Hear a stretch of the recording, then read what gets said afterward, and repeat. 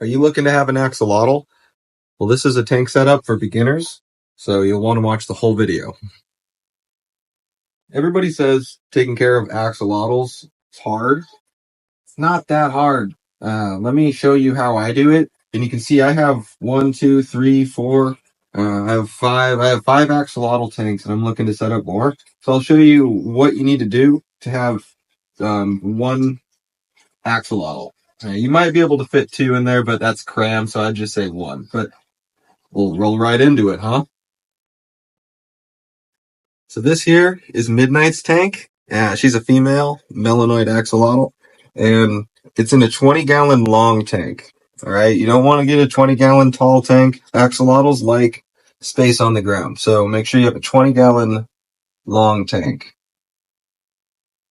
So the next thing I want to talk about is you want to have some water movement in the tank. There's a couple different ways you can do that. You can simply say that sponge filter in the air moving is creating enough water movement. Like, there are people that get away with that. You probably could too. The next thing you can do is you can get a canister filter that'll sit on the inside of your tank, and it's a filter, so it will clean the water too, but it'll pump water back in and create a nice little current, and it's just a gentle current, not too abrasive. And the other thing, which I'll get more into later, is you can get a chiller, which I have set up. So the chiller pumps cold water into here, and then the cold water travels through the tank, makes the tank cold, makes it the perfect temperature, which, it's 64 right now. That's right in the zone you want it to be. But, and then it comes over here, and it drains out through this tube here, which I had to drill into my tank for that. You can do it a lot of different ways. And you don't have to drill into the glass, but I'll talk more about a chiller later. But either way, you want some sort of water movement in the tank so there's not stale water. So the water temperature, you want that to be between 60 to 64 degrees. And that's ideal temperature. The pH, you want that to be between 6.5 to 8. And to be honest, if you have enough filtration in your water, you're not really going to have to worry about the pH. Which brings me to talking about the chiller. To keep it at the perfect temperature, there's a couple ways you can do it. You can get a chiller. You can invest in fans. You can put it in a cold area that has AC. You can keep it in your basement. My basement's cold enough here that if we just left it down here, it would maintain the perfect temperature. But the problem is we have a wood stove down here, which heats the house, and that in the wintertime would mess up the axolotls. So we got a chiller down here, and this helps keep everything at the regulated temperature.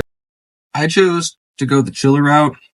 I didn't want to rely on noisy fans or,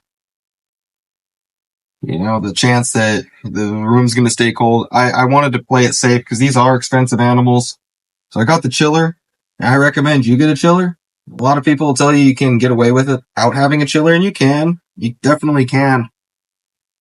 But you run the risk. And when you're spending, anywhere to $100 to $300, $400 on an axolotl, you want to make sure your animal is going to stay safe. They'll live for 15 years, so you want to make sure you're taking care of them. But yeah, I opted for the chiller. Keeps it at the perfect temperature. You can get them relatively cheap for this size of a tank. You don't have to get the big guy that I got. You can find them anywhere from like $150 up to $300 for the tank this size, just depending on the brand you go with and the quality of the chiller. So big mistake on feeding. Beginners will feed their axolotl every day. Don't do that. In nature, they don't eat every day. They hunt for food. Sometimes they don't find food. So you only feed your axolotl every 2-3 days, like twice a week, maybe 3 times, but roughly twice a week. And they like live food. If you feed them dead food, they can't see too well. So, like, if it's not moving in front of them, they'll miss it. It'll just float by them. So make sure it's live, like an earthworm is good. Blackworms are good. Bloodworms are good, but they come dead in little frozen cubes. So I don't use them too much unless an axolotl refuses to eat what the other stuff I have. Yeah, so that's the feeding regimen. So you can actually feed your axolotl pellets. I don't recommend it because they don't have all the nutrients like they do, but it's not the best. They prefer live food. So if you're on vacation and you're gone and you can get an automatic pellet feeder set up, that's good. That'll work for when you're on vacation. But when you're home, make sure you're giving them live food. They prefer that. Okay, we have 2 worms here. I don't like to feed the whole worm to the axolotl. They'll spit them out and you'll waste the worm. The other thing is it can make them get bloated and constipated. So I'll break it up. You can do it with your hands, but I'm going to grab my scissors because it makes it easier. Side note, if you want to see a video on how to set up a worm farm, drop a comment. Everybody drop comments who wants to see that, and I will make the video.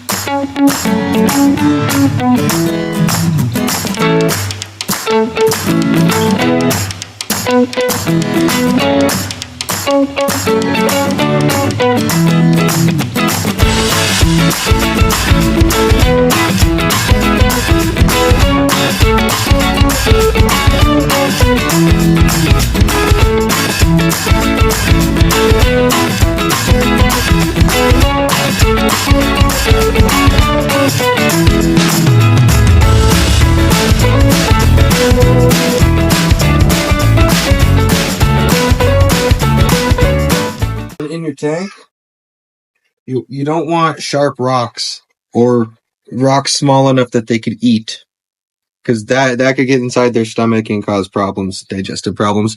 So we have big stones in there that they can just swim across, and then also really fine sand. That way, if they do ingest it comes out no problem. Okay, lighting is also a thing you have to worry about. Although axolotls do not like a lot of light, so something like this, just an LED strip's perfect. Don't leave it on all the time. Make sure you let it turn it off at night, and that way they can sleep. Not sleep. They're nocturnal. They'll be awake. They sleep in the daylight and they're active at night. So make sure you're rotating that between day and night. And the other thing is, don't put it in direct sunlight. It'll heat up the tank if you don't have a chiller. If you have a chiller, that's not a problem, but it can encourage algae growth if you don't have enough filtration in there to keep everything at bay, all the nitrates and fish waste. Yeah, that's lighting. Super simple, but axolotls like dim light. So tank mates, let me talk about that for a second. Over here, you can have shrimp in your tank. All right, you can have shrimp in the tank, but you have to create an ecosystem for the shrimp to live in. You'll see this plastic container down here. It creates this cave-like area. They can hide in there, and then also they can hide in the rocks. All right, so it gives them plenty of space to hide from axolotls. The other thing you can do is you can put your axolotls together. You can have, if you come down here, you can see there's a few axolotls in this tank. The thing about these ones is they're all roughly the same size. So if you have axolotls of different sizes, they can attack each other. And sometimes even ones that are the same size will attack each other, and they'll start eating this one. See, look at this one's fin. The back tail there, it was damaged by another axolotl. And then if you come up here over here to Smokey, and right here, wherever Smokey is, he actually, when we rescued him, he was missing his front legs. Smokey here, he has his front legs now, but when we first got him, he was sharing a tank with another axolotl that ate his front legs and was starting to attack everywhere else. So we rescued him, and now he's doing good. But moral of the story is axolotls can have tank mates. They can have shrimp and a couple other axolotls as long as they get along. So like we were just talking about, they can regenerate their legs if something happens. They can regenerate any part of their body, even their brain, if something happens. Which is crazy to think, actually. If you stab it in the head, it could still survive. But yeah, that's the only way they're going to regenerate, though. Let me talk about that, is if you have them in a really non-stressful environment. So the water has to be clean. They have to have plenty of hiding spaces. Can't have another axolotl trying to eat them. So if one of yours does get attacked, they can regenerate. You just have to isolate that hurt axolotl and let them heal. And probably get the angry one out of the tank. So the last thing I want to talk about is filtration. It's really important. I don't know if I've covered it yet. Pothos, they filter. Throwing them up on the top with the vines hanging down. It adds shelter. It actually saves you a couple dollars, so you don't have to buy hiding spots for them. They like to hang up in the vines. But what that does mostly is it keeps it clean by pulling out the nitrates and the fish waste and all the bad stuff in the water. The plants need that to grow. The other thing the plants do is they create oxygen because they do photosynthesis. But so that's what you want. You want some pothos. You can put a lily in there, but you got to have more light. I don't know. Pothos are really low maintenance, so I just go with those every time. The other thing you want is filtration. So that sponge filter back there will do the trick. You can get one of those. You could do a canister filter, like I was talking about earlier. But yeah, you need some filtration. That way the water stays clean. That's the fastest way to kill your axolotl is to not have the water clean with the ammonia and stuff. The other thing you can do, let me grab these and show you. These things, these ammonia balls. All right, these are so amazing. You throw a couple of those in your tank. I want to say, what is it?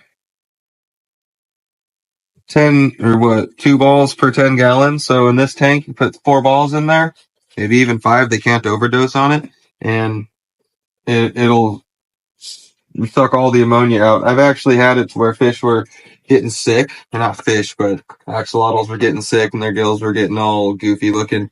Throw a couple of these in there. It's good to go. And along with all the other filtration. But then you want plants in the bottom growing down there because that also helps keep things clean. And specifically Java fern, Java moss. Forget what these are like Anubias something. I forget what they're called. But yeah, they work perfect. And hornwort. Hornwort in there. Hornwort works great too.